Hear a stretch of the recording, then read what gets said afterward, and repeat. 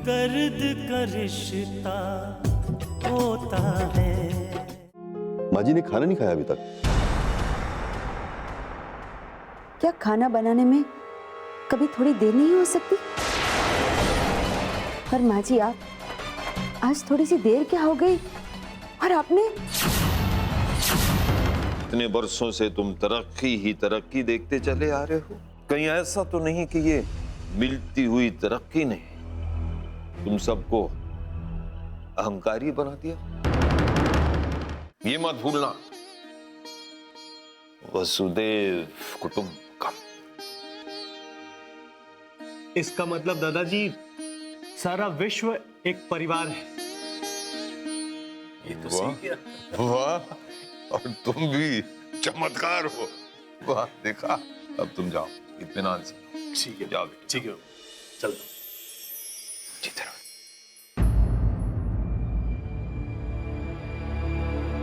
आपकी दी हुई सीख तो आज भी हमें हर कदम पर रास्ता दिखाती है।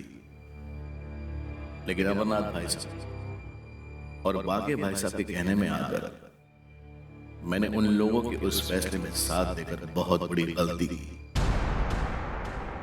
उस वक्त तो भाई साहब कहा करते थे कि इस दफ्तर को और घर को बचाने के लिए कोई रास्ता नहीं है, क्योंकि मां पीलीभीत की 40 एकड़ जमीन बेचने को हरगिज तैयार नहीं है।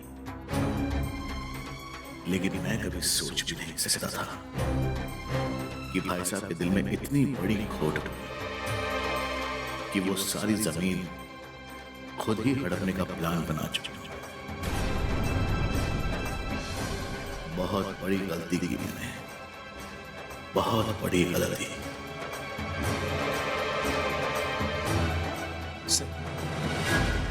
हाँ गुप्ता जी।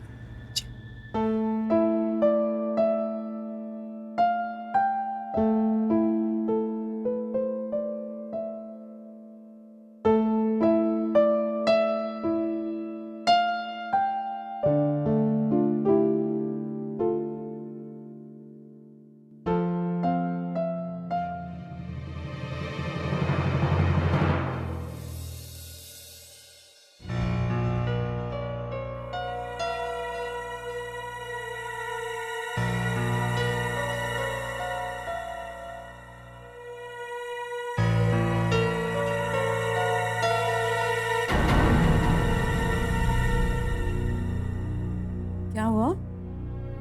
ये जो लड़की है ना, ये तो घर में आते ही सबके दिल में जगह बना ली अपने हिसाब। और क्या। पर आपने कहा था कि केदार भाई साहब और सरस्वती बड़े गुस्से में हैं। वो इस लड़की को ज्यादा दिन घर में रहने नहीं देंगे। मैंने केदारनाथ को समझाया तो था, लेकिन इस लड़की के सामने आते ही उसे कुछ याद नहीं रहा। और सरस्वती भी इस लड़की को देखकर बहुत खुश थी। अब जाने दीजिए ना, लड़की है, 5-6 दिन रहेगी, चली जाएगी। इससे हमें क्या फर्क पड़ता है? फर्क पड़ता है नैना, बहुत फर्क पड़ता है। इस घर की जो रिश्तेदारियां हैं उन्हें बढ़ाना नहीं है, बल्कि कम करना है। रिश्तेदारियां बढ़ेंगी तो हमारी परेशानियां बढ़ेंगी। इस घर में कोई ऐसा सेतु नहीं बनना चाहिए जो केदारनाथ और बड़े भाई साहब के बीच में सेतु का काम करे। और हमने तो तोड़ने की कोशिश की है। अगर सेतु बनेगा तो वो जोड़ने का काम करेगा। और इस लड़की को तो दोनों परिवार पसंद करने लगे हैं अपने हिसाब से। आप ठीक कह रहे हैं। अब मैं समझी क्या करना है। अगर समझी हो तो इस लड़की पे नजर रखना शुरू कर दो। छोटे तीर, घाव गंभीर। ये लड़की दिखने में तो छोटी है, लेकिन हमारे लिए मुसीबत खड़ी कर सकती है अपने हिसाब से। और दूर दूर के लोग जब करीब आते हैं तो कितने करीब आते हैं ये देख लो। और हम समझते थे ये तो कोई अजनबी लड़की है, लेकिन ये तो पीलीभीत की निकली। अरे इसके दादाजी ने केदारनाथ के साथ साथ अमरनाथ को भी पढ़ाया है अपने हिसाब से। अच्छा हुआ जो ये बात आपने मेरे दिमाग में डाली। इस लड़की को घर से बाहर निकालने के रास्ते बनाओ, वरना ये लड़की अगर इस घर में रह गई तो अपने रास्ते बना लेगी अपने हिसाब से। समझ रही हो ना मैंने क्या कहा? हाँ हाँ समझ गई। वैसे केदारनाथ मेरी बात को भूलेगा तो नहीं? वो और सरस्वती इस लड़की के बारे में पूरा पता करने की कोशिश करेंगे अपने हिसाब से।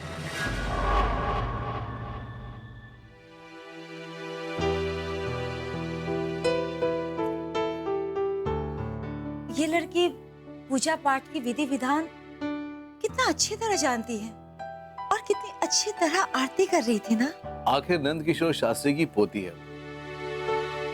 पीलीभीत के सभी लोग उनका बहुत आदर करते थे। ये लड़की तो शायद ये भी नहीं जानती कि हम लोग भी पीलीभीत के रहने वाले हैं। और तो और मैं उसके दादाजी को भी बहुत अच्छी तरह से जानता हूँ। मुझे है ना उसकी सोच, उसके विचार, उसकी बातें बहुत अच्छी लगी। हाँ सरस्वती, इसीलिए तो हमने उसे यहाँ रहने दिया।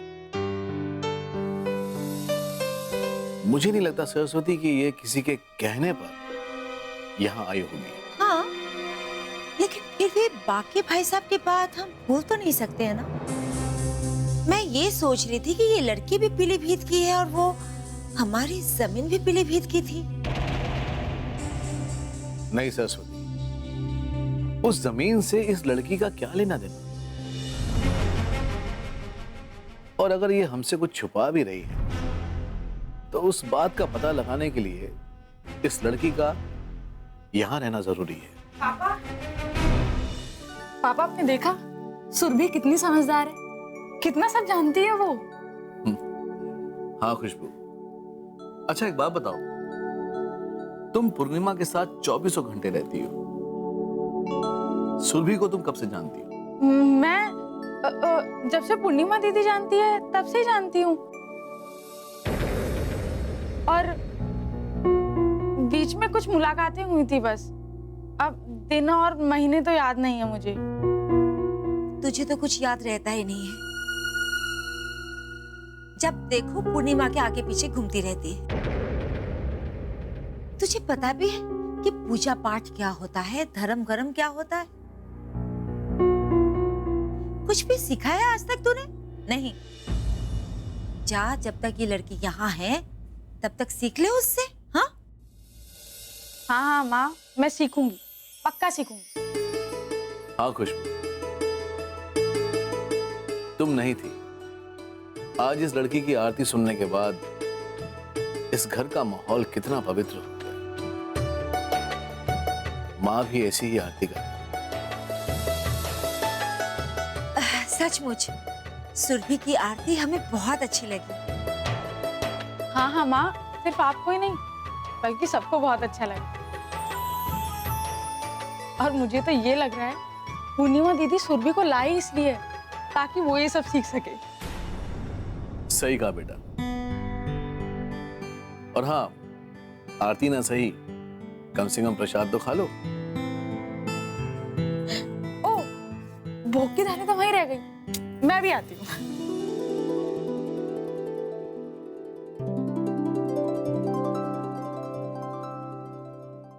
सचमुच कितनी गुणवान है सुरभि। संस्कार, स्वभाव, गुण सभी कितने अच्छे हैं। एक ही दिन में ऐसा क्या देख लिया तुमने श्रावणी? आज उसे आए हुए पहला ही तो दिन है। आज उसे आरती करते हुए देख मन को बहुत सुकून मिला। और आपने भी देखा ना, जब वो आरती कर रही थी तो घर के सारे लोग आ गए थे और सबको उसकी आरती बहुत अच्छी भी लगी। वाकई कमाल है। हमारे सबके जागने से पहले उठ गई, तैयार भी हो गई और उनकी आरती भी कर ली उसने। ये लो। नमस्ते अंकल। नमस्ते, चाय ले। तुम्हें चाय लाने की क्या जरूरत है? जी अंकल, मुझे तो सुबह उठने की आदत है, फिर उसके बाद में पूजा, आरती, घर के काम, उसके बाद में पढ़ाई करने बैठ जाती हूँ। 4 बजे तुम्हारी नींद खुल जाती है?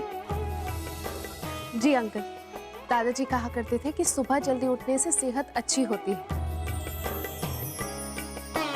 दादाजी की वजह से मुझे सुबह उठने की आदत पड़ गई। वहां पीलीभीत में तो हम सुबह उठकर जॉगिंग के लिए भी निकल जाते थे। बेटे, अपनी ये थोड़ी सी आदत हमारे बच्चों में भी डाल दो। इन्हें तो देर तक सोने की आदत पड़ी हुई है। अब ये वैभव को ही देख लो, नई नई कंपनी लॉन्च की है, लेकिन 8-9 बजे तक सोते रहता है। अभी भी भैया आते हैं। जाओ तुम भी चाय पी लो। जी आंटी, मैं कर लूंगी। सचमुच।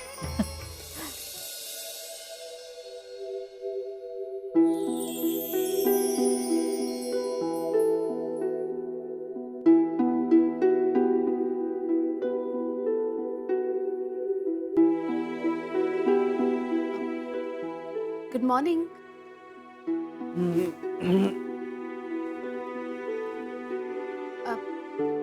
Good morning. क्या हुआ, आज आपको दफ्तर नहीं जाना है क्या? अंकल कहते हैं जो लोग 10 बजे तक सोएंगे वो दफ्तर क्या चलाएंगे? अरे अब आप उठ जाइए, आपकी चाय ठंडी हो रही है।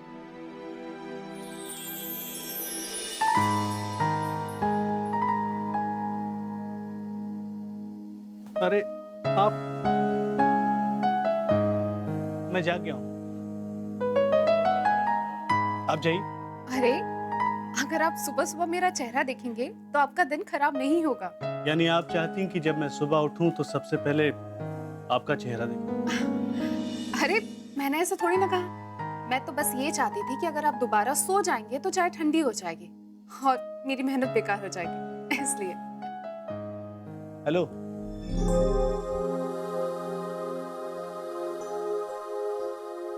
Good morning.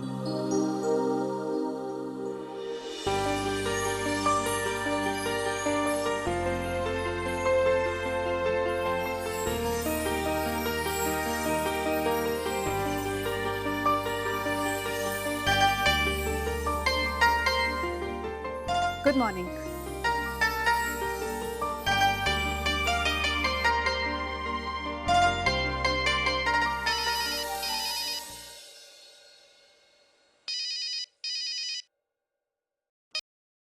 Shikha, hi Shikha, good morning.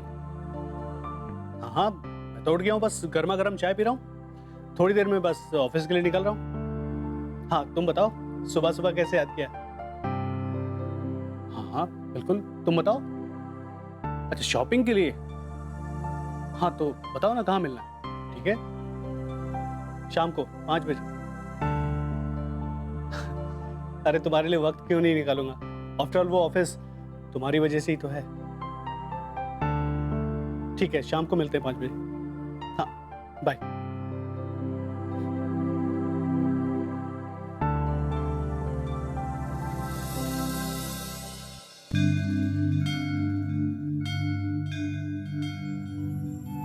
भावना,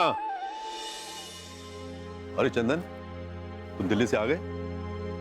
बेटा मैं दुकान पे तुम्हारा इंतजार कर रहा था। वो क्या है पापा, मैं थक गया था तो सीधा घर आ गया। कोई बात नहीं। तुम सुरभि के बारे में क्या बता रहे थे? हाँ पापा, हॉस्टल में तो जगह मिली नहीं, इसलिए अब सुरभि को दूसरी स्टूडेंट लड़कियों के साथ रूम शेयर करना होगा और उसमें 4 से 5 दिन लग जाएगा। तो फिलहाल 4 से 5 दिन के लिए मैंने सुरभि को पूर्णिमा के घर ठहरा दिया है।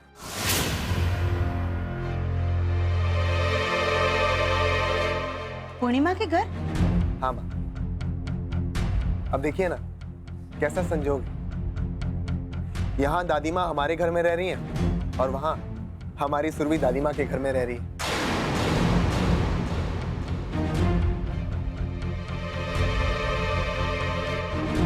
यहाँ हम दादी माँ का ख्याल रख रहे हैं और वहाँ पूर्णिमा सुरभि का ख्याल रखेगी। ये क्या बेवकूफी की तुमने? तुमने सुरभि को वहां ठहराने से पहले एक बार भी नहीं सोचा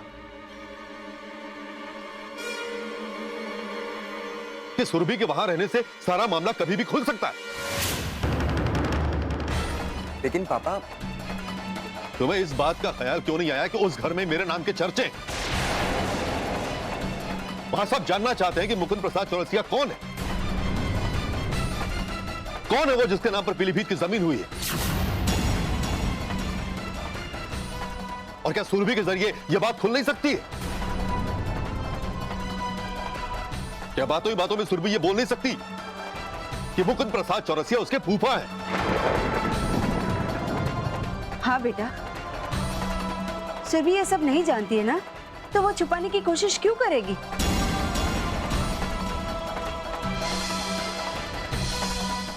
ये बात तुम्हारे दादाजी ने कही थी ना सुरभि? लेकिन क्या है ना, ये बात हमारे घर में नहीं चलेगी। दर्द का रिश्ता होता है। तुमने इतनी बड़ी गलती कैसे कर दी चंदन? अगर ये बात खुल गई तो अब तक के किए कराए पर सब पानी फिर जाएगा। हाँ पापा, मैं समझ रहा हूं। सचमुच मैंने इस बारे में इतना नहीं सोचा था। मुझे लगा कि पूर्णिमा का घर भरा पूरा है, सुरभि वहां सुरक्षित रहेगी और फिर पूर्णिमा के साथ सुरभि का मन भी लग जाएगा। लेकिन सुरभि की वजह से ये बात खुल सकती है, मैंने इतना नहीं सोचा था। अब ये सोचो कि इस बात को संभालना कैसे। सुरभि को फौरन फोन करो और उसे बताओ कि उस घर में रहकर उसे क्या कहना और क्या नहीं कहना। उसकी जुबान से भूल कर भी मेरा नाम नहीं आना चाहिए चंदन, और किसी को यह बताने की जरूरत भी नहीं है कि उसका हरिद्वार से कोई रिश्ता है। ठीक है पापा, मैं देखता हूं।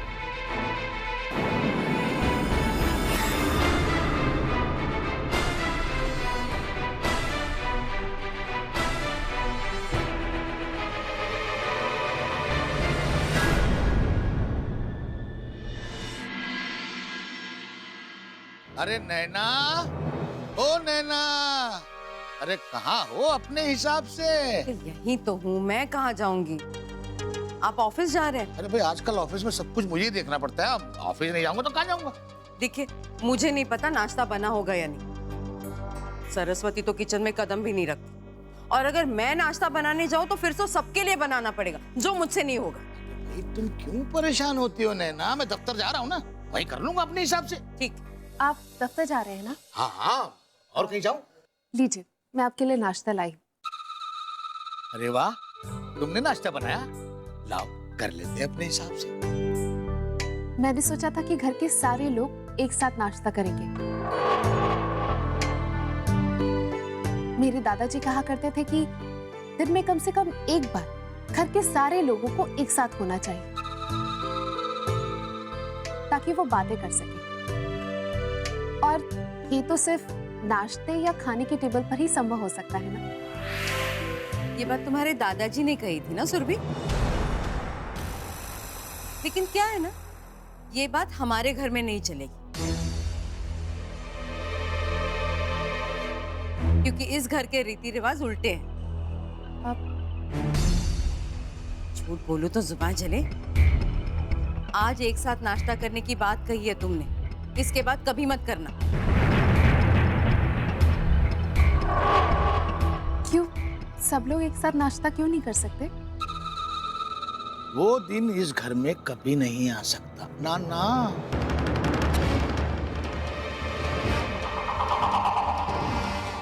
तुम भी तो पीलीभीत की हो। इनकी पीलीभीत में 40 एकड़ जमीन थी, वो किसी ने हड़प ली है अपने हिसाब से।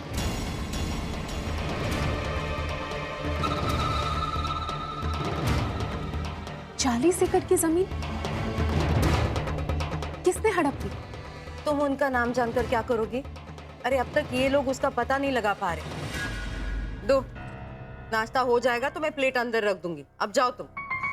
जी ठीक है। समझ में नहीं आता ये लोग मुकुंद प्रसाद का पता क्यों नहीं लगा पा रहे अब तक।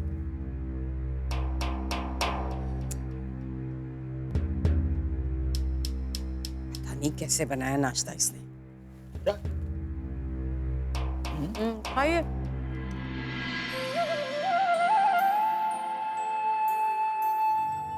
अरे चंदन, एक सेकंड, करता हूँ।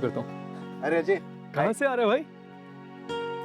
यार पापा खाना खाने गए थे, इसलिए दुकान पे बैठा था। Okay okay. लेकिन तू बता, तू कहाँ रहता है आजकल? पता ही नहीं चलता। मैं कहाँ रहता हूँ यार, बस अपॉइंटमेंट लेटर की वेट कर रहा हूँ। और वैसे मुझसे यहाँ पर तो कोई काम होगा नहीं। ठीक कह रहा है तू। और बता, दिल्ली गया था, कैसा रहा टूर? मैं बार बार पूछूंगा तो तू ये कहेगा कि फिर से प्यार व्यार की बात कर रहा है। यार मैं पूर्णिमा के लिए बार बार दिल्ली नहीं जाता हूँ। तो फिर किसके लिए जाता है? कोई और काम है क्या? हाँ यार, वो मेरी कजन है ना सुरभि, मेरे नाना जी की पोती, उसने भी दिल्ली में एडमिशन लिया है। ओके, तो मतलब तू उसके एडमिशन के लिए दिल्ली गया था? हाँ, अच्छा माना यार। यार तूने भी ना कसम खा रखी है कि कोई भी बात हो घुमा फिरा के तू उसी टॉपिक पे ले आता है। दरअसल सुरभि का एडमिशन पहले ही हो गया था, उसके रहने की प्रॉब्लम, हॉस्टल में रूम मिला नहीं। फिर अब ऐसे वक्त में दोस्ती काम आते हैं। फिलहाल पूर्णिमा ने उसे अपने घर पे रख लिया। कमाल का चक्कर चलाया यार चंदन, और कितनी संजोग की बात है ना, पूर्णिमा की दादी तेरे घर पर है और तेरी कजन सिस्टर पूर्णिमा के घर पर। हाँ यार, ये संजोग तो है। लेकिन यार अगर सुरभि ने बता दिया कि पूर्णिमा की दादी माँ तेरे घर है तो? तू चिंता मत कर, दादी माँ के बारे में उसे पता नहीं है। चल। और अब ये अंदाजा लगाना मुश्किल नहीं है कि इसके पीछे किसका हाथ है। कंपनी को बचाने के पीछे किसकी कोशिश है? दर्द का रिश्ता होता है। गुप्ता जी, क्या कह रहे हैं आप? पर ऐसे कैसे हो सकता है? जैसे आपने इंक्वायरी की है उसकी रिपोर्ट गलत भी तो हो सकती है क्या? अच्छा ठीक है, मैं बाद में फोन करता हूँ। क्या बात है, इतने गुस्से में क्यों है? हाँ पापा, किसका फोन था? गुप्ता जी का। मैंने उनसे पता करने के लिए कहा था कि हमारे अकाउंट में जो पैसे ट्रांसफर हुए हैं वो कहां से और किसके अकाउंट से हुए। हाँ पापा, ये बात तो पता लगनी ही चाहिए। और गुप्ता जी ने जो मुझे बताया उससे तो मैं बहुत हैरान हूं। शक तो मुझे पहले से इस बात का था, लेकिन मेरा शक इतना सही निकलेगा ये मैंने कभी सोचा भी नहीं था। किस शक की बात कर रहे हैं आप? हमारे अकाउंट में जो पैसा ट्रांसफर हुआ है वो किसी और अकाउंट से नहीं, बल्कि हमारी पीलीभीत की 40 एकड़ जमीन में से 3 एकड़ जमीन बेचकर जो ड्राफ्ट मिला है वो हमारे अकाउंट में जमा करवा दिया गया है।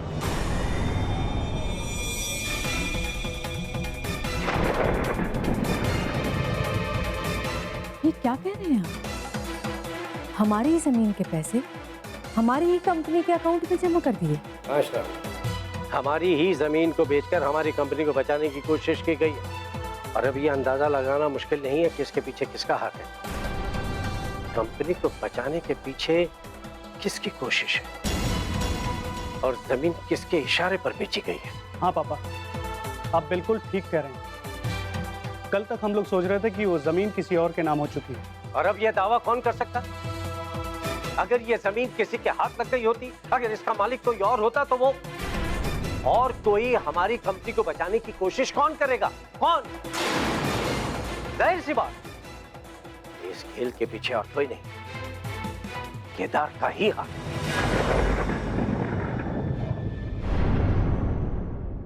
जी, आप लोग किसी को तलाश करने की बात कर रहे थे? दरअसल मेरे फूफा जी हरिद्वार के हैं।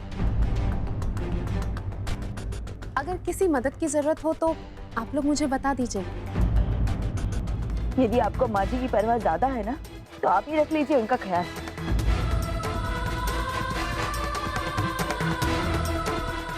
क्या हो गया है तुम्हें भावना? जब से पीलीभीत से आई हो बदली सी हो।